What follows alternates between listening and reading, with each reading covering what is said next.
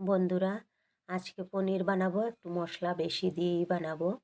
Tuomo করে কেটে রেখেছি আলু, পনির, আর এখানে আছে থেতানো আদা, কাঁচা লঙ্কা, শুকনো লঙ্কা, তেজপাতা, টমেটো।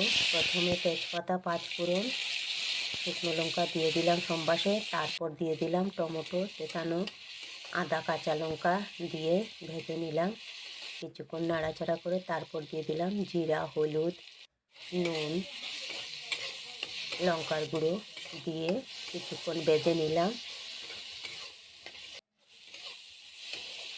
তারপর কিছুক্ষণ ভাজা হওয়ার পরে দিয়ে দিলাম ভাজা করা আলুগুলোকে আমি আগেই ভাজা করে রেখেছি।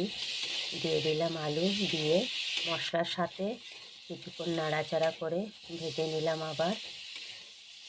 ততক্ষণ কিছুক্ষণে মশলার কাঁচা গন্ধটাও চলে গেল। তারপর দিয়ে দিলাম জল দিয়ে একটু নেড়েচেড়ে ফুটিয়ে নেব 5 মিনিট। হয়ে গিয়েছে।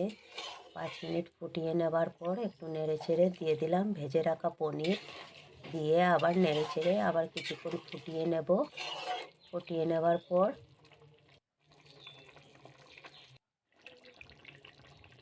দিয়ে দিলাম গরম মশলা, দিয়ে দিলাম ঘি।